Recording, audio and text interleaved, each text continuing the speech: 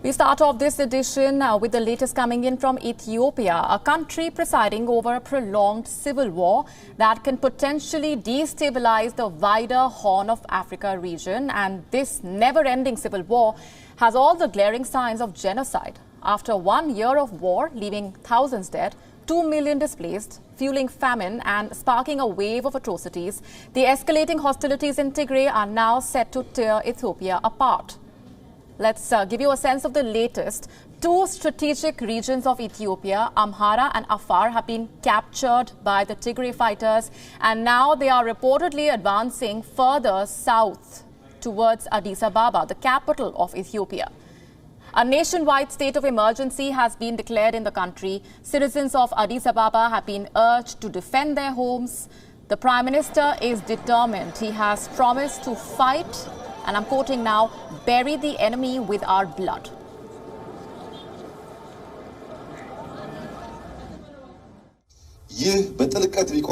This pit, which is dug very deep, will be where the enemy will be buried, not where Ethiopia disintegrates. We will bury this enemy with our blood and bones and make the glory of Ethiopia high up again.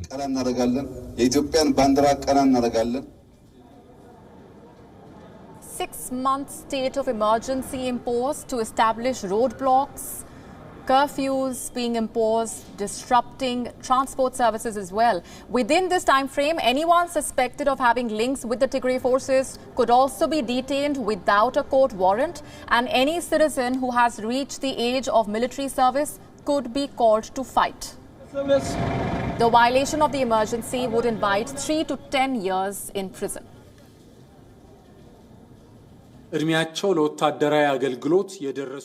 The state of emergency can order citizens whose age are fit for military service and who are in possession of firearms to take military training and take orders for military missions. If they are unable to take this order for various reasons, they have the option to hand over their firearms temporarily to the government. In addition, the state of emergency can impose curfew across the country or partially, especially in cities. It can also cause the closure or termination of any means of communication and public transportation. As the Tigray forces head towards the capital, the residents are preparing to defend their homes, neighborhoods and the country in a show of courage and unity. ስለዚህ ወጣቶች በሚያደርጉት ሙያ ነው መቀላቀል የምንፈልገው ኦሬዲ እስከ ግንባር መዝመት አለብን የሚል ሐሳብ አለ። መንግስትም ህዝብም ተረባርበው አካባቢውን በመጠበቅ ሰፈሩን በመጠበቅ ቤትም ሲያከራይ ሌላም ነገር ሲያደርግ ሰዎችን ይወቃቸው መጀመሪያ እነማን እንደሆኑ ችግሩ ያለው በዚህ መልኩ ነው። The Tigray People's Liberation Front has accused the Prime Minister of Ethiopia of unleashing a reign of terror with a vengeance. The Tigray People's Liberation Front, or the TPLF, has been fighting Prime Minister Abiy Ahmed's government for a year now, and they intend to topple it. Before Abiy Ahmed came to power, the TPLF used to govern Ethiopia with an iron grip for decades. It was a period of stability and economic growth at the cost of basic civil and political rights. The party's authoritarian rule collapsed after an uprising. And then came Abiy Ahmed, the ruling class, to quell tensions and bring change. He came to power in 2018, sparking new fears that the country's federal system is under threat. The system that had guaranteed autonomy to Tigray was under threat. This led to the leaders in Tigray withdrawing to their heartland and continuing their governance in the region. After a series of tit-for-tat escalations between the federal and regional government, Abiy Ahmed ordered a military assault against the Tigray forces and called the offensive a success after just 3 weeks. Now, which side should the world support? The United Nations says none.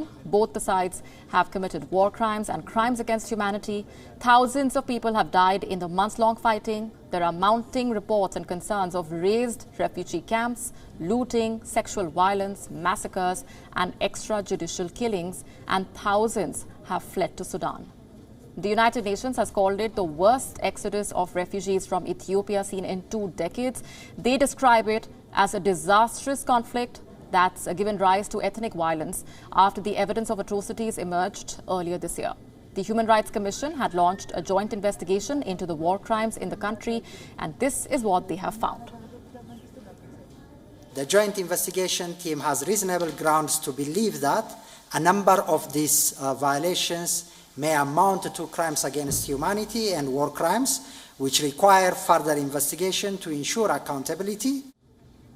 And with us on the broadcast is Coletta Banjohi joining us from Addis Ababa. Coletta, Ethiopia declaring that nationwide emergency with the residents being told to be prepared to defend their neighborhoods. What are you picking up on the territorial advances made by the TPLF?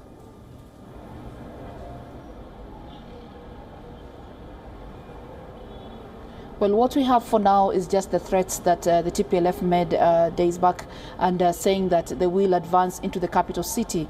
So it is still a threat. The government saying that it will make sure that that does not happen, and probably that's where we're seeing the state of emergency being imposed. You know, so if you look at the state of emergency, the declarations, if it will be passed or approved by the government, by the parliament, probably on Thursday, then it will ensure that there is a boosting of security within the city and also beyond. And we are seeing, at least within the city, already measures being taken by administration. People are being told, I mean, the city has just announced now, administration has announced now that they will not be giving new IDs to new city residents as a way of ensuring their security. People are being told, you need to know your neighbor. If you're a landlord, you need to know who you're renting your houses to, you know. So it is people being encouraged now within the city to ensure that they are more vigilant as the government takes up the whole, the bigger side of security in terms of boosting security agencies and operations. The communication blackout makes getting aid into the region also impossible. What is the situation on the ground?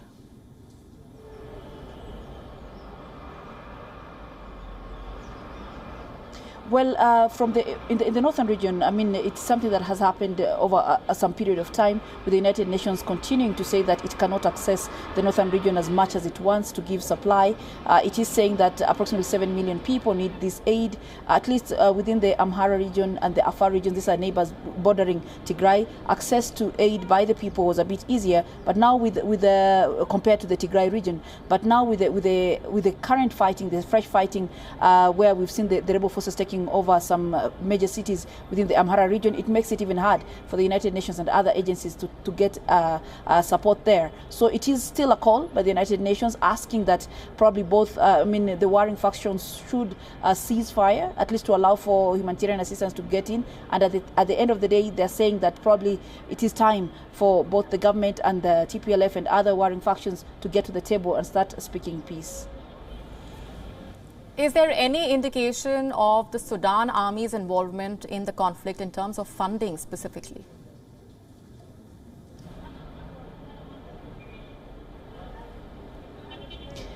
We cannot pin that on Sudan. We just know the Prime Minister has said, and the government has said time and again, that the TPLF is getting assistance from foreign forces, but it has not outlined which country.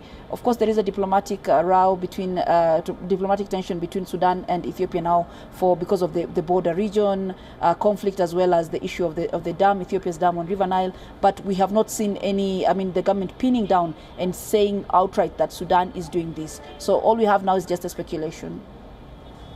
Coletta Banjohi, thanks very much for giving us a better sense of what things are looking like on the ground.